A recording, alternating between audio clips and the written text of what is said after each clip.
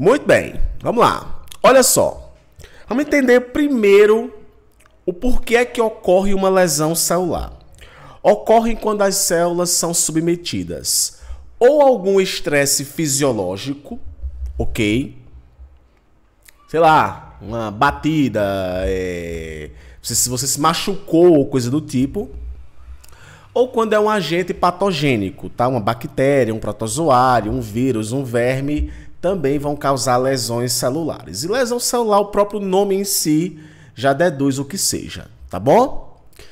Aí aqui eu tenho vários agentes, tá? Distúrbio genético pode levar a uma lesão celular, deficiência nutricional, doenças autoimunes, a hipoxia celular, que é ligada à questão de oxigênio, a questão da própria programação da vida da célula, que é a senescência, fatores físicos, químicos e também biológicos, tá? Bactérias, vírus, protozoários, tudo isso daí pode sim promover uma lesão nas células, ok? E a lesão ela pode ser reversível ou irreversível. No caso das lesões reversíveis, ela acontece a degeneração de algum componente na célula ou uma lesão que aconteceu na célula, porém regressiva. Por isso que ela é reversível. O processo patológico reversível é caracterizado... Patrick, por que tu coloca tanto texto? Porque primeiro, gente, eu não estou dando aula para aluno de cursinho.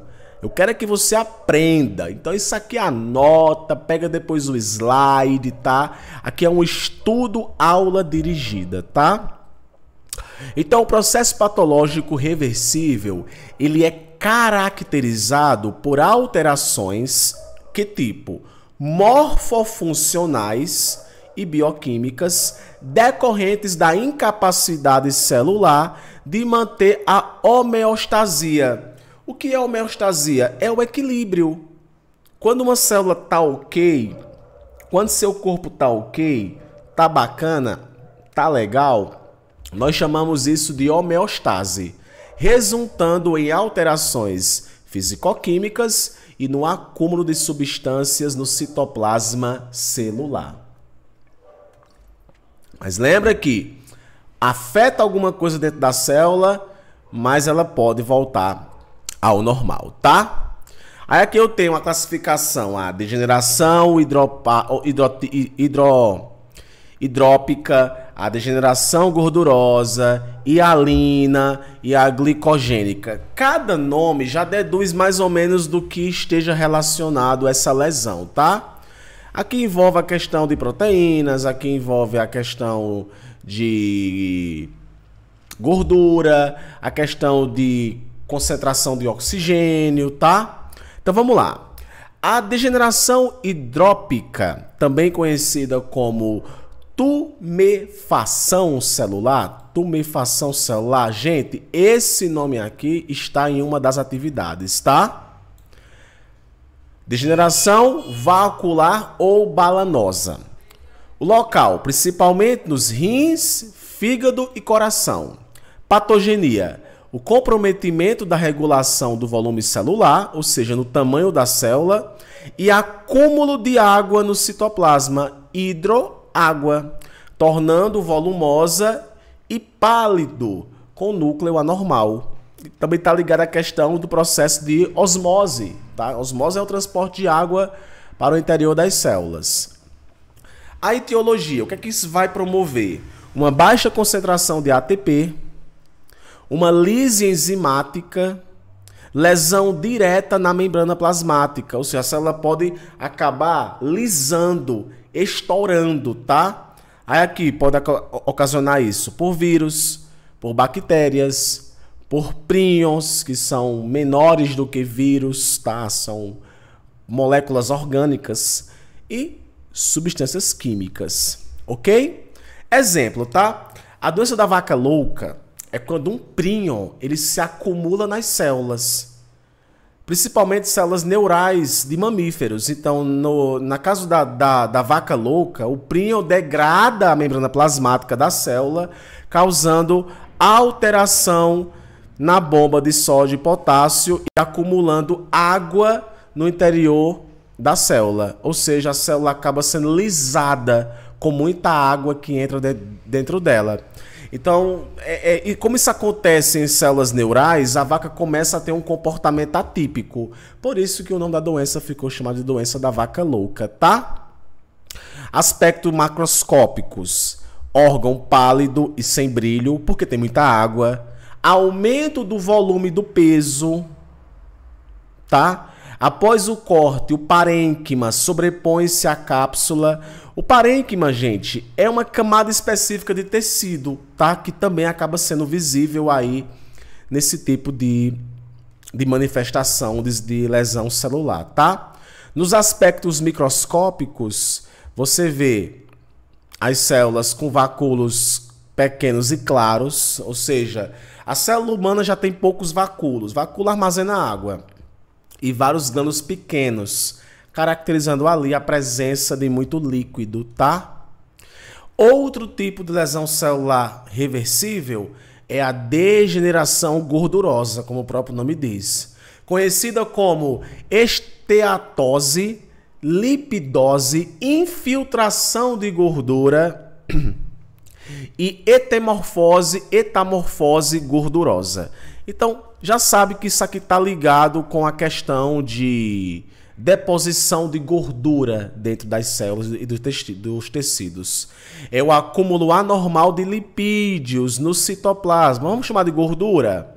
De células parenquimatosas. A patogenia se dá pela entrada excessiva de ácidos graxos livres no fígado com a diminuição da oxidação de ácidos graxos. Ou seja, o ácido graxo, gente, ele forma os triglicerídeos. O ácido graxo em si é uma molécula gigantesca, tá? Que o corpo, inclusive, utiliza o ácido graxo, gordura em si, para poder metabolizar isso e virar gordura. Então, tenta imaginar uma deposição gigantesca desse ácido graxo. Tem célula que não dá, tá? Consequentemente, vai ter a falha na formação de alguma substância, de alguma molécula. No caso, na formação de lipoproteínas.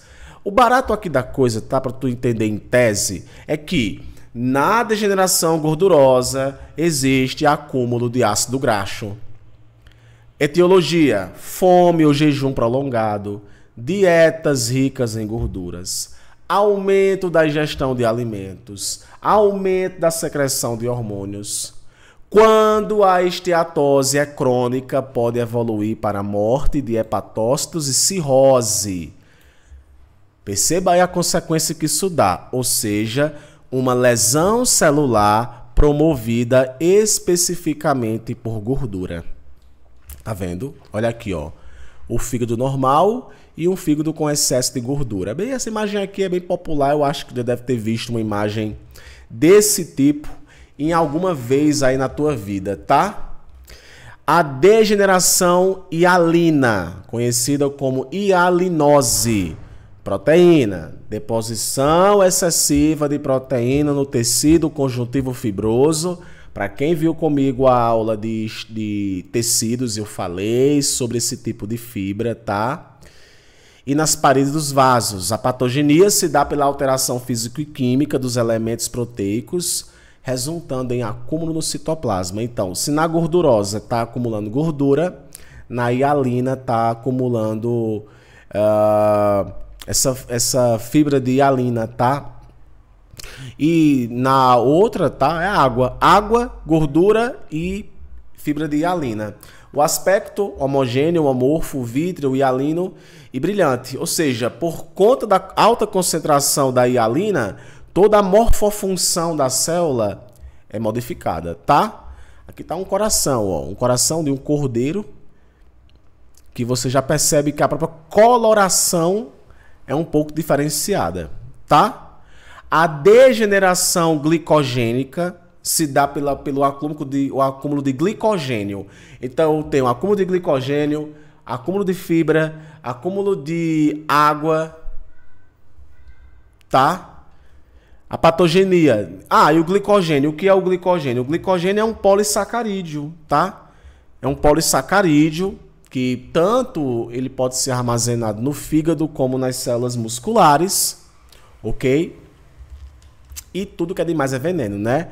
Aí aqui eu tenho hiperglicemias, obesidade, diabetes mellitus, síndrome de Cushing, que é o hiperadrenocorticismo. Só pelo nome eu devo imaginar que o negócio é pancada. O aspecto macroscópico, órgão firme, aumentado, bordas arredondadas, não gorduroso ao corte porque tem muito carboidrato. O aspecto microscópico pode ser confundido com esteatose no início, ou seja, pode achar que é volume de água, presença de vacúolos, núcleo não deslocado e coloração de ácido perídico de Sif, ok? Já as lesões irreversíveis, aí já era. Tudo isso aí que eu falei, tá? Pode sim, no caso do gordura. Uma dieta pode resolver o problema e as células são reparadas. Já os irreversíveis, gente, é necrose e apoptose, tá?